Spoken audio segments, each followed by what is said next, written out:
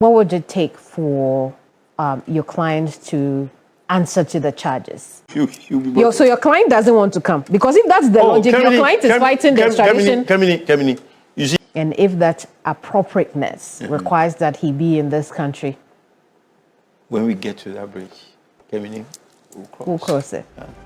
My neighbor has said, PENDREAM TV. PENDREAM TV, dear, I said them, yopo. Memo bibiara kwaba eba PENDREAM TV. So you new to the channel, subscribe to the channel, bell notification on share ma afofro emphasa enkebi. Comment section ho nowadays wa drentre haba. Ye grantee Ken Ofori-Atta ne lawyer, lawyer Frank Davis interview ewo TV3 hot issues. Now all the shocking details be up to ja afa Ken Ofori-Atta ne ICE detention any offense the extradition case. Yes, lawyer Frank Davis admitting say Ken Ofori-Atta is fighting the extradition case on pesa obeba Oman Ghana mu ana. There is some shocking details in a video ba bebo actually na jebre na ti the details from lawyer Frank Davis ankasa. Then sema waka afa nieti a Ken Ofori-Atta emma Ghana. Na say obeba and as I say omana Ken lawyer Frank Davis asisudria in this interview. Oto at Nensem or just bail conditions that yoku any offense on NIB. Edema some client, a bill of na ano ordain. Now it seems like punishment, and also a who say unreasonable. I didn't think any all can't same way. And who details this news by the actually. Now the visa revocation. Attorney General Edibert just said somewhere in November. Ken Ofori-Atta visa was revoked. Lawyer Frank Davis ama update on the visa revocation case now. It is worth say we na wanya new information about the case in the United States of America. One of cases Ken Ofori-Atta the contest say ontimi mba Oman Ghana mu and say ne ho emfa no na ya na surgery. He's recovering. Lawyer Frank Davis akasa afa sa issue do. Na ye bisa na say, are you also contesting with ICE say Ken Ofori-Atta home fa no? Entino monhwe na munyino free ICE custody ana. Lawyer Frank Davis say in the ICE custody no, omun raise concern ne bia efa ne health any affairs no, efa surgery or undergo some months back. And some way ne esema hodo bi na lawyer Frank Davis editodwa abra na okasa afa update on Ken Ofori-Atta case also in the United States of America obekwa kopie mu court this month. The growing perception that justice in this country is slow, is technical and unevenly applied. Is that a fair description of what the criminal justice system is in the country? It certainly is not. You see, crime is different from civil responsibilities and obligations. Because crime carries onerous consequences. You stand the peril of being in prison. So our criminal justice system is fashioned out on the premise that the accused person is presumed innocent until he or she is proven guilty beyond all reasonable doubts. Any shadow,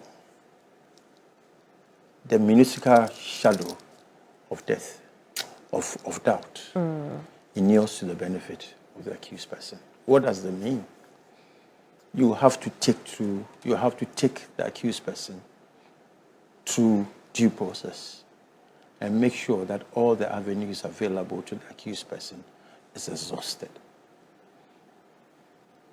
Because he or she stands on the threshold of criminal conviction.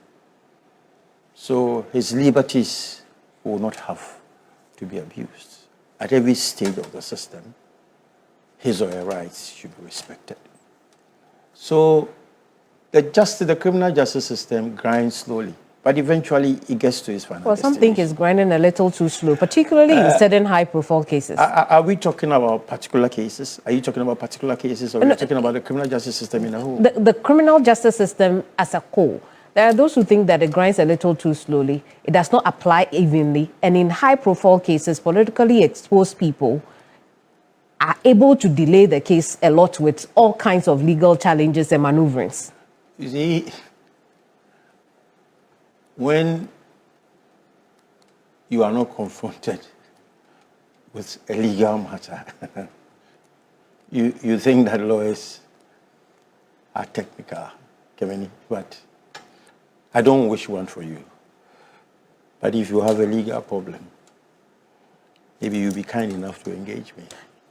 And when you do, and I start rolling out the legal remedies available to you, you know that lawyers are not too technical after all. You see, because if I have to do a good job for you, I have to make sure that everything in the books is exhausted.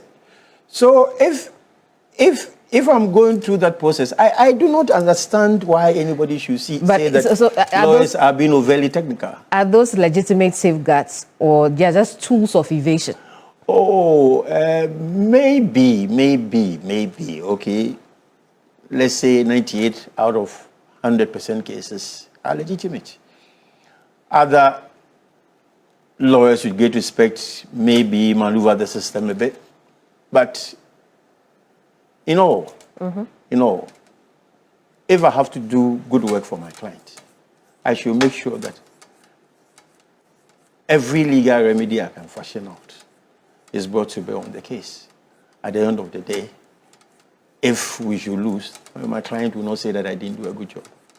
You see, and the law allows us at every stage of the proceeding to confront issues with the superior court, which is higher than the court of first instance. So if a matter starts in the high court, there's a ruling, I'm dissatisfied with the ruling, obviously move to the court of appeal. And if I'm still dissatisfied, I move to the Supreme Court. These are remedies which are available in the law books. I mean, it is not something which is fashioned out of a vacuum. It's something that we came to meet, and that is what we will explore. So, which means that there's a thin line between the wheel of justice grinding slowly and then the use of remedies to delay cases. You see, I wouldn't say delay in itself of delaying. See, if I have to appeal against a ruling in a high-profile criminal matter, like you say, and the generality of Ghanaians are complaining, it means I should leave the fate of my client to the whims and caprices of maybe others who don't understand the legal system. I think that position will be challenging. That position will be challenging because due process is due process. I mean, and in every other profession, there are ways and means of challenging what is wrong and what is not too good. If you go and see a medical practitioner and you are given prescriptions to start with, and the prescription does not work, right? Medication does not work. Eventually, maybe if you have to go through the process of surgery, would you say your medical rights are being prolonged or delayed? So, if we should say that about lawyers, we are not being fair. I think that gradually Ghanaians should begin to understand that it is not as if we just do it out of nothing and we just want to prolong, but we have due process to follow, and when it means we should follow, we follow them. Well, so when we flip the page on politically exposed people and the cases or corruption-related cases, and we look at the criminal justice system at large, one of the things that we had a very big challenge with is the remand system. Has that improved over the years? There was, once upon a time, we started what we could call the Justice for All system. The Justice for All program? Where the Justice for All program, where lawyers were recruited to go to the prisons and engage people who had been in remand for an unreasonably long period of time, bring their cases to the courts, and some of them eventually secure their freedom. You see, there is something which is playing out, and if we don't confront it, it will hang around our necks with these onerous conditions of bail, which the likes of NIB, now BNI, Yoko, and others have started doing. You see, bail is a fundamental right. In the olden days, I mean, the antiquity of our legal system, bail was known as suffering an accused person to be at large. You suffer the person to be at large. You grant the person his liberties and freedom. And it's not supposed to be used as a tool of vindictive prosecution. So then a person of interest, a suspect, who is not even yet an accused person, goes to a prosecutorial institution and bail is set at 5 billion Ghana cedis with 5 sureties to be justified, landed property. Are you convicting the person before the person has his or her say in court? Because you see, a person of interest, a suspect, is not an accused person. At the end of the day, Ioko, NIB, BNI, whatever, you will have to arraign the accused person before court. And when you arraign the accused person before court, the bail conditions set by the court might be far, far, far lower than what Ioko and BNI said. So what is the justification for it? What at all is the justification? Is it to punish the people? And we look on gradually. Why would you see that as punishment? It is punishment. Why so? No, it is punishment. Perhaps it is vis-a-vis the crime or the alleged crime. Look, the only thing that an accused person or a person of suspect needs to do is to provide sureties. Because at the threshold, the person is not guilty. So why impose such onerous conditions of bail because what you want to punish the person? The person will have to go to court and you will have to prove the guilt. At the outset, just because the person has been arrested or the person has been invited to answer to questions and the person comes, then you want to curtail his liberties. Keep him there for an unreasonably long period of time because you have set bail at 5 million. And then you setting the bail at 5 million. Do you have property worth 5 billion? Those who set the conditions, do they have properties worth 5 billion? So that when you say I should bring sureties 5 billion, where am I going to get them? No, but that's a lot of there's a lot of discretion in bail, right? The discretion should be exercised judiciously, not capriciously. The capricious part is how I'm failing to see. You see, when an accused person or a person of interest or a suspect say, oh, he has stolen 500 million Ghana cedis, 10 billion Ghana cedis. Have you proven it? Not yet, not at the time. Yes, so why set bail? Because the person is supposed to have embezzled or misappropriated 500 million.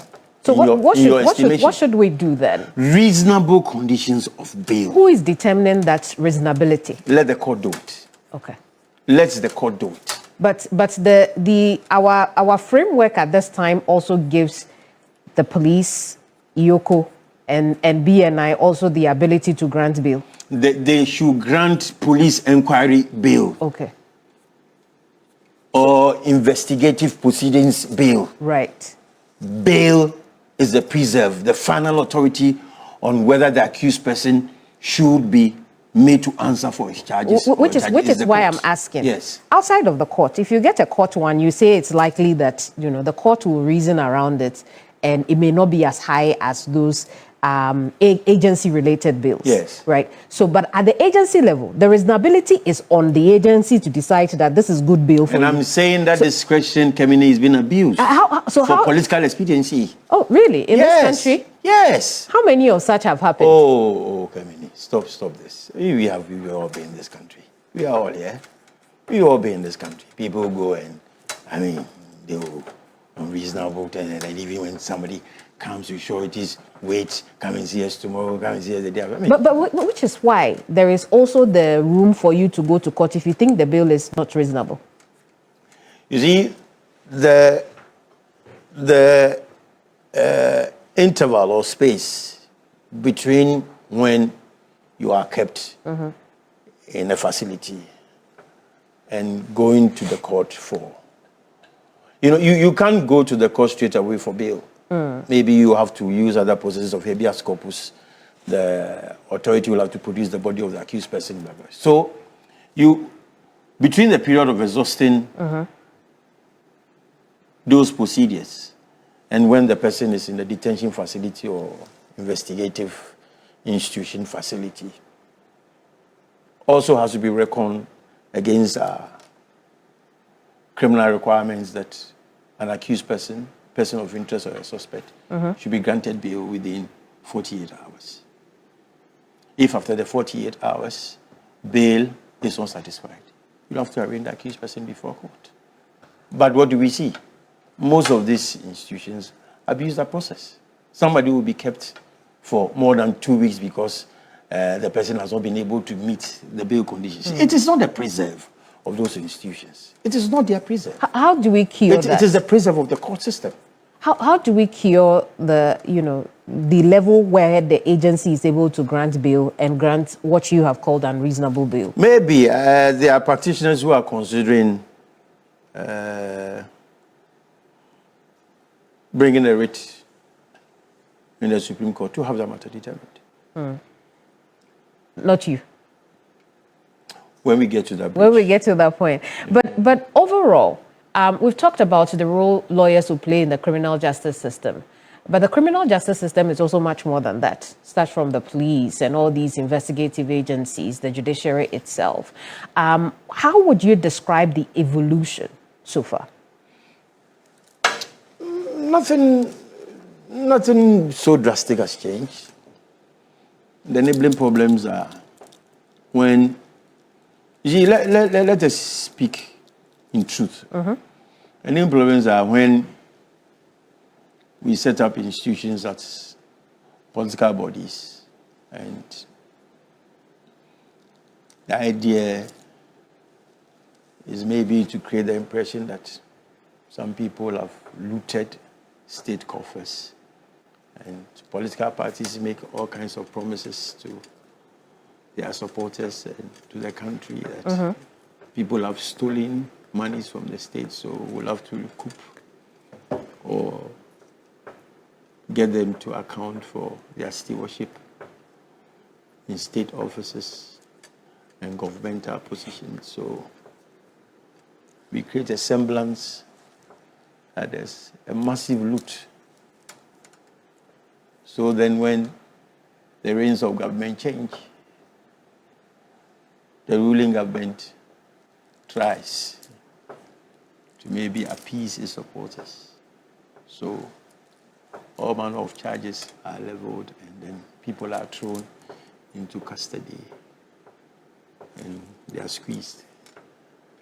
I honestly, as a trained lawyer, do not see any benefit that does to our criminal justice system. Why the Constitution is the prevailing law of the land. And we all have to abide the dictates of the Constitution. Anything outside the remit of the Constitution is bad. And going after people who allegedly have caused, who allegedly have been involved in corruption or corruption-related incidents is against the Constitution. I'm not saying so. I like your choice of words. Allegedly.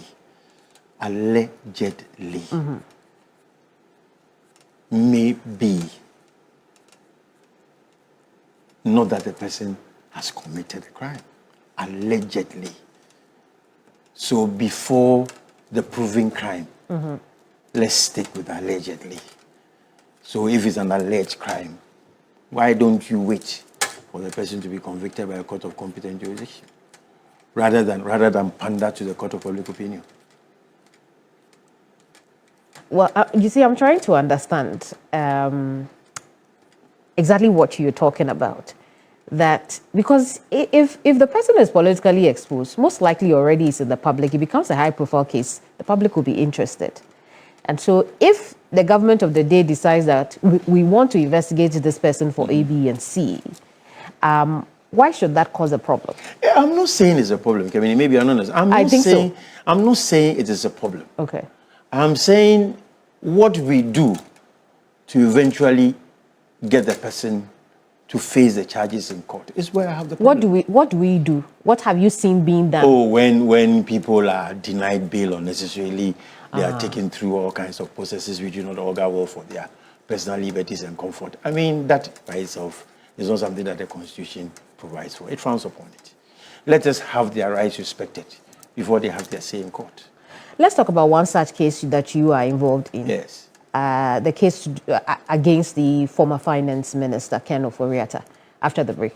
At the last count, when he appeared first for the ICE hearing, you know, there was a bond application posted, and federal authorities, the lawyers from the Department of Justice, raised an issue about the extradition request. So the judge adjourned the matter to a date in February, I think February 17th or 19th, for the extradition request to be put before him so that he can consider the bond application. As it turned out, on the 19th of February, it was just a one-liner which was filed by the federal lawyers, giving no details of the request. So the judge's hands were tied. He could not go into the merits of the bond application. Early on, the matter had been adjourned to the 27th of April for a continuation of the ICE hearing. So that is what we are anticipating, the 27th of April. On the 27th of April. Are there two different cases now, in that we have the ICE detention matter, and then we also... Yes, the ICE hearing is dealing principally with an immigration issue. You know, he applied for adjustment of his immigration status. Kenneth was supposed to exit the jurisdiction on the 14th of February. But before that, he had applied to adjust his immigration status before he was picked up by ICE. So what ICE is doing is purely an immigration matter, which is separate and distinct from the extradition request. Okay. That goes to a different procedure altogether. So the two cannot be commingled. I see. There are two different things going on at the same time. And what you have just told us is the progress made so far on the immigration matter. The ICE hearing, the immigration matter, but not the extradition request itself. The assurance we keep getting is that, look, the extradition process is also going through. How is that on your side? I don't know about that. I don't know about the extradition request or proceedings going on. I do not have any education on that. At least our counterparts in America have not told us anything about any extradition request or proceedings ongoing. So as those who have knowledge on that can educate Ghanaians. But sitting here... But you must have heard the AG talk about how on November 25th, or is it 29th, his visa was revoked as part of that extradition process.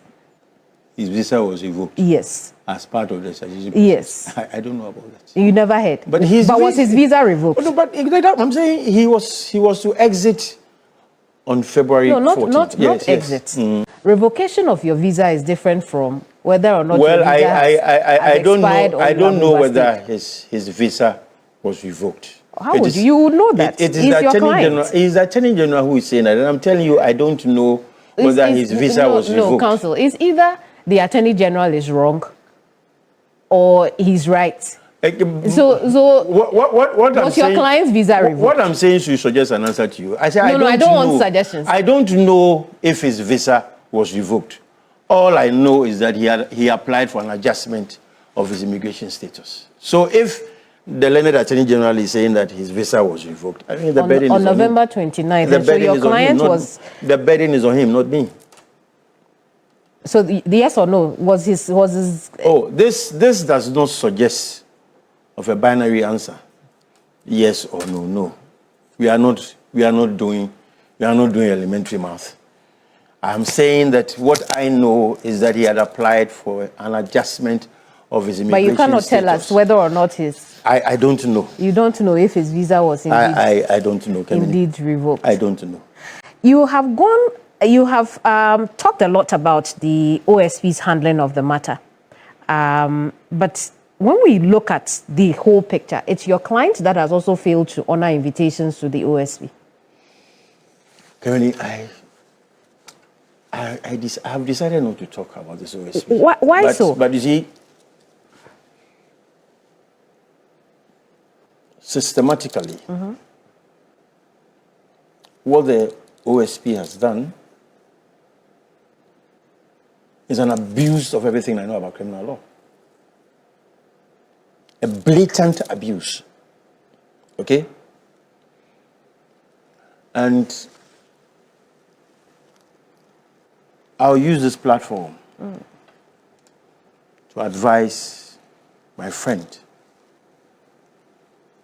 my learned colleague, Kisie Jabe. It's not personal. That we should at all times try to follow due process and not pander to sensationalism, press conferences,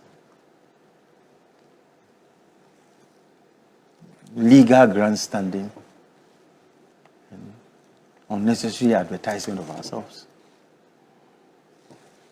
Is it not curious and a stark irony that just about 2 weeks or 3 weeks ago, I read,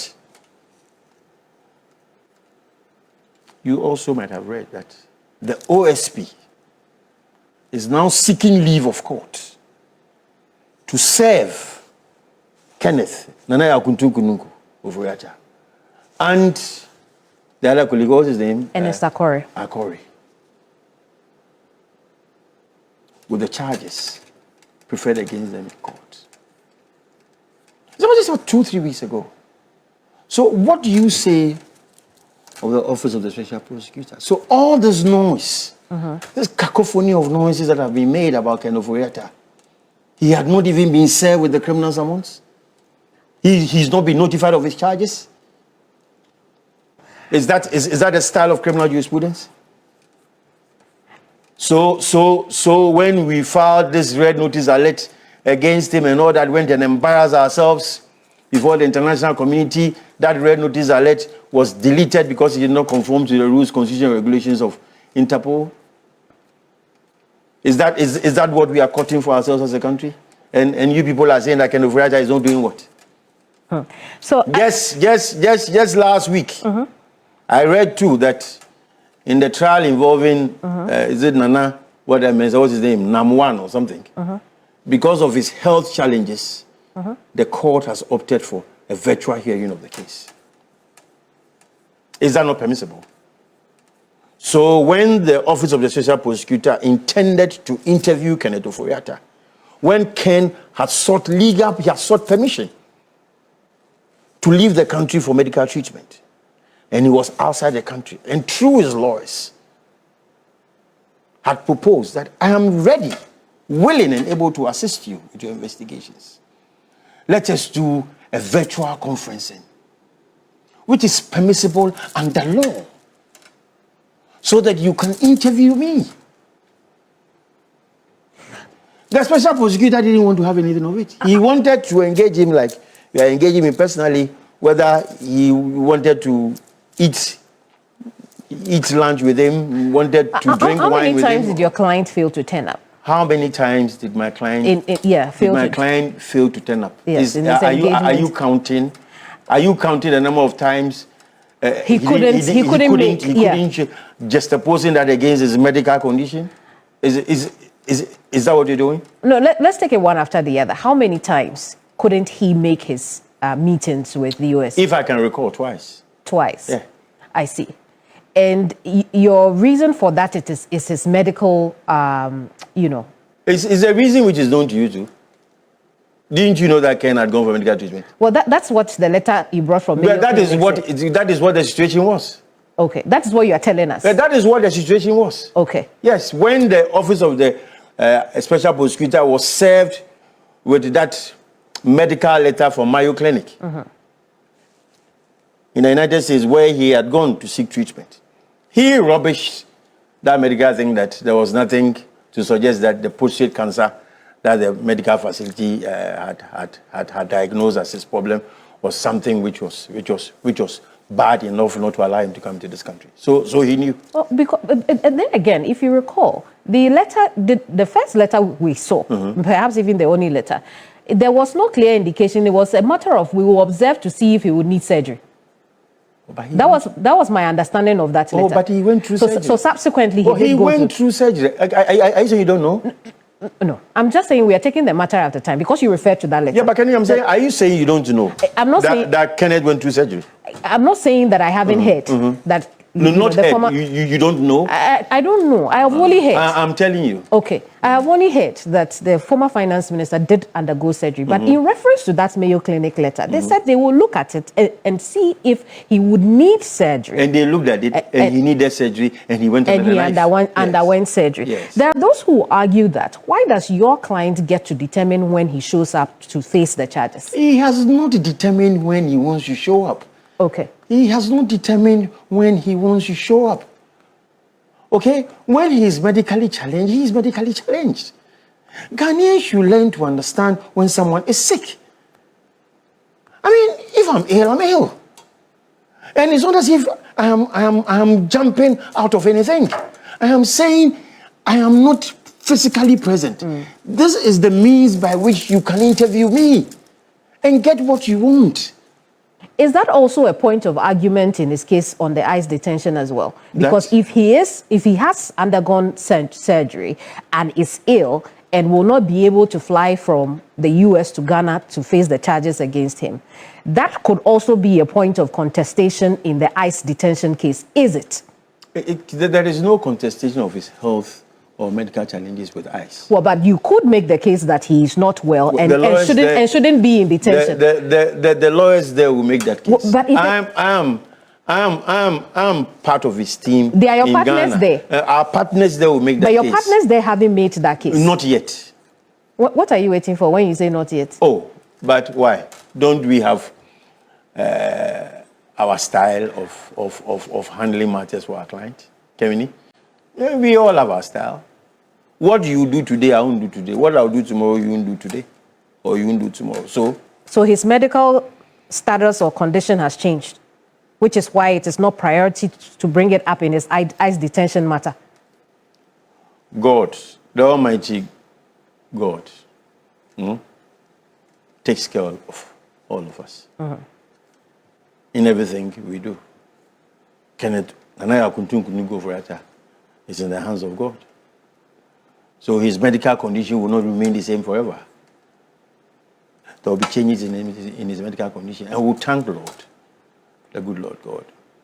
But can you understand why people will compare both situations? That, look, you say you are so unwell, you can't come to Ghana and then face these 78 charges that have been proffered against you. However, when you are in ICE detention, you don't make it a case so that you get bored. At the time that he said he was unwell, no charges had been preferred against him. Okay. And at that time, he was willing to assist the Office of the Special Prosecutor. Okay. So, you see, we should be careful in condemning Ken Ofori-Atta. It's not fair. We should be very careful in condemning him. When his health challenges were paramount, no charges had been preferred against him. Even now that, let me borrow your language, his medical condition has changed. He's not even been notified of his charges. And then people keep on lambasting Ken and saying all kinds of things about him. I don't think we are being fair to the gentleman. You see, people should understand that Ken Ofori-Atta was in this country. He went through a multiplicity of charges which were leveled against him, including the censure motion in Parliament. He surmounted all of them. He was thrown before Yoko, and then Shiraj. Did he flee the jurisdiction? Hello. Did he flee the jurisdiction? No. He was here with all of us. He went through, was successful, came out with flying colors, waving his white handkerchief. And then when he has to, I mean, who didn't know at a point in time that Kenneth was not well? Who didn't know in this country? After his COVID challenges? Yeah. And then who didn't know? Yeah. But why do you think he has not been able to, the prosecution have not been able to serve your client and Ernest Akore? Bring Kiseja Benye and ask him. Because there are 7 others, or is it 6 others? When you take they are here. They have all been saved. Yeah, they are here. But Kiseja Benye should know what to do. Bring him here and ask him why he is not being able, up to this stage, to notify Ken and then Ernest Akore of their charges, but rather mounting platforms and speaking through microphones. That is not a criminal prosecution. That is not criminal prosecution. When someone points to, look, it would appear that the partners here for Ken's defense have focused on strategy rather than these charges. What would be your response to that?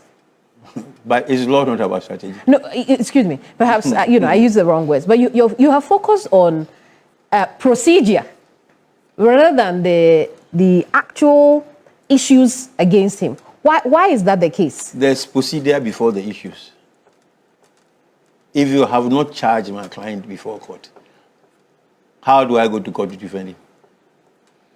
And you are playing to the gallery, convicting him in the court of public opinion and telling Ghanaians all manner of things. Meanwhile, you have not served the person with anything. How then do I go to court? What procedure will enable me to go to court to act as counsel or as lawyer? You have not charged the man. You have not served him with anything. He doesn't know what he's confronted with.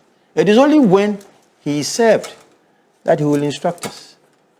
If all procedures are done right, according to the conversation that we are having right now, will your client be home to face the charges? Will he be willing to come home to face the charges? The government of the Republic of Ghana has put in an extradition request. So I think this question is redundant. Why so? Oh, but it's redundant. Regardless of extradition request, he can decide that I want to come back, and answer the whole charges. force of the Republic, the coercive force of the Republic of Ghana, is at play in America. And the extradition request. And you're asking me whether my client will come. It's redundant. Why so? Oh, I can't answer that question. The extradition request does not stop your client from deciding that I want to come and answer to the charges, does it? Gemini? Yes. Why do you think the government put in the extradition request? I'm asking you. Why? To bring him home to answer the charges. So he will be brought home, or so your client doesn't want to come, because if that's the logic, your client is fighting the extradition. Kemini, you see, don't let us make a scapegoat out of my client. Okay. Don't let us make a scapegoat out of my client. He hasn't said anywhere that he doesn't want to come to Ghana. He hasn't said anywhere. By action, if he wanted to, he would be here. Oh, Kemini. He was in his somewhere quietly. When we have been told by the state that they fed information to ICE to pick him. This is a public domain. One or two high-profile personalities in the country, I've spoken to that they leaked information for him to be picked. And he was picked up by ICE. And in their estimation, they think the extradition, the ICE picking him up, is a much shorter route than the extradition request. So they were relying on the ICE proceedings to fast-track Ken into the country. But you know, if his visa was revoked much earlier. Are you going to that conversation? Are you going to that conversation? If again? Allegedly, no. I'm just responding to what you have said. If allegedly his visa was revoked on November 29th, as we have been told, then I've told you I don't know about that. And that's why I said allegedly, as we have been told by the Attorney General. Yeah. Then it just flags him as an undocumented or illegal foreigner in the US. So you may not even need somebody to go and alert ICE that so and so person is there, because the visa was revoked. But ICE was alerted. Those who told you. You don't know that for sure. Somebody has said. No, somebody, not just somebody. Okay. You know who said it. It's not just somebody. You know who said it. So don't say somebody.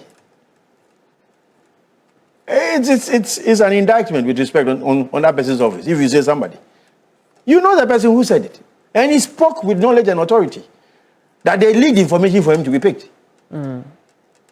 If they knew his visa had been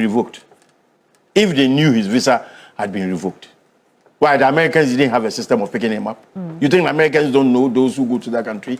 Much more so somebody like Ken Ofori-Atta. They didn't know that his visa had expired and they could just pick him up. It's not that easy. Before that, he had applied for an adjustment of his status. True. Yeah, that is why the hands of the American government is tied. They are constrained because their processes work. You just can't get up. Even those who Trump carelessly had picked up, some of them went to court. And the cases against them were thrown off. They had their freedoms back. So, you see, we should be slow in discussing this kind of What would it take? What would it take for your client to answer to the charges? Let the Office of the Special Prosecutor notify him of his charges. Then he would answer. Then he would answer. He would answer. Remotely? Appropriately. Appropriately? Yes. Appropriately. Appropriately, not remotely. He would answer appropriately. And if that appropriateness requires that he be in this country? When we get to that bridge, Kemini, we'll cross it. Yeah. So there are those who have said, look, this is a breakthrough for legal education in this country. Others have criticized, the sweeping reforms. Where do you stand? Well, every reform in and by itself should be a good measure, but I cannot speak too well of this reform because I don't know what the set objectives are against the backdrop of what, with great respect, the NDC set out in their manifesto, and now the advent of the Law Society of Ghana. One is tempted to think whether it was just an attempt to, as it were, obliterate the importance of the Ghana School of Law. Because, reform. How many lawyers do they intend to pass out at the end of the national bar exams? Have we juxtaposed that against the number of law firms we have in this country to accommodate such a huge chunk of lawyers in the system? Do we have enough corporate institutions with legal departments, enough institutions with legal services requirements who will be able to absorb the large number of lawyers which are going to come into the system. But we are told that the lawyer numbers in this country are very low. Well, that is what we all say, that the lawyer ratio is low, but sets that against the number of employable institutions for lawyers. And you realize that that statement is not altogether true. But what I find a bit disturbing is what my learned senior, Samuku Jeto, said. Very senior lawyers, that. And that if the Bar Council was not consulted, then I find it a bit revealing. Because whether the Law Society has been thrown into the system or not, the Ghana Bar Association is arguably the largest association of lawyers in this country. So if such a reform is going to be put through, and the Bar Council of the Ghana Bar Association is not consulted, then I don't know the reason behind it, and what general impressions we want to nurture as lawyers, that the Bar Association now does not matter because there's a Law Society of Ghana. You see, I don't want to go into too much commentary about that, because then it will seem as if we are trying to split heads over who should reign supreme, whether it's the Ghana Bar Association or the Law Society. But be that as it may, I think for a major reform of this nature, an input necessarily will have to have come from the Ghana Bar Association. Here we are.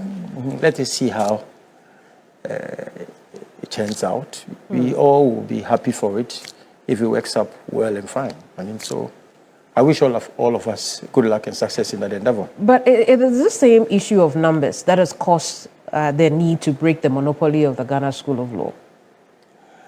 You see, if we talk about breaking monopoly, what monopoly are we breaking? The Ghana School of Law has been the foremost institution in this country, which has trained lawyers over the years. And are we saying there is, of course, every institution has its own institutional problems, all right?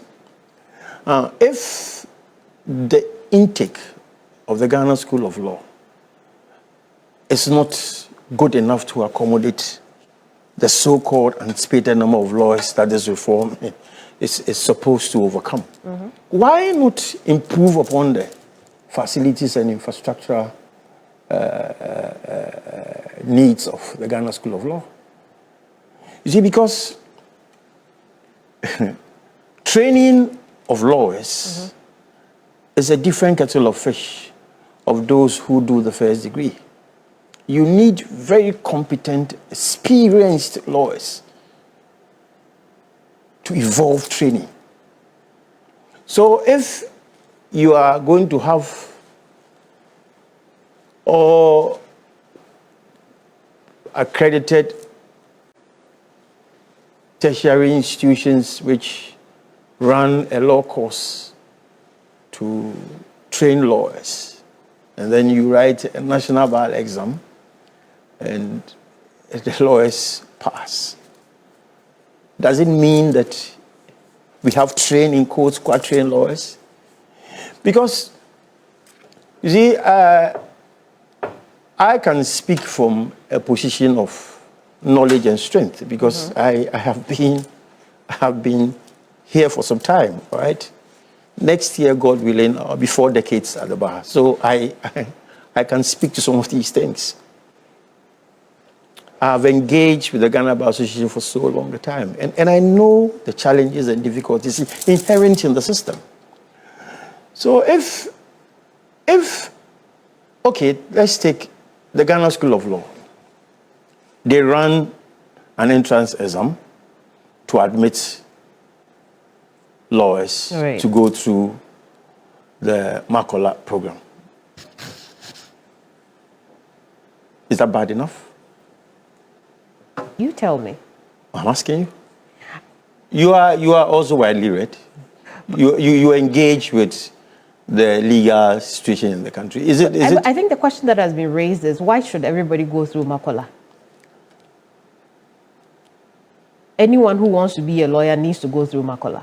Is that what we're saying? But is there anything wrong with this?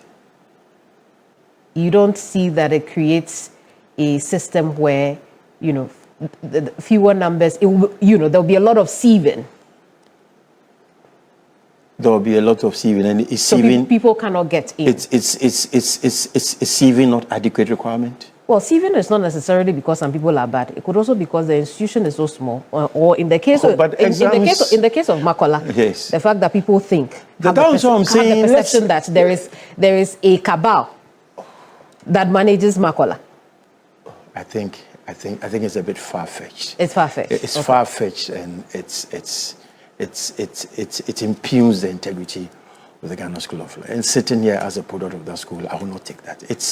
You see, people should not politicize what is happening, because immediately they do that, the good intentions are withheld. You talk about capacity. I'm saying let us enhance the infrastructural capabilities of the law school and get much enough people to run the program. Would that not cure the deficit?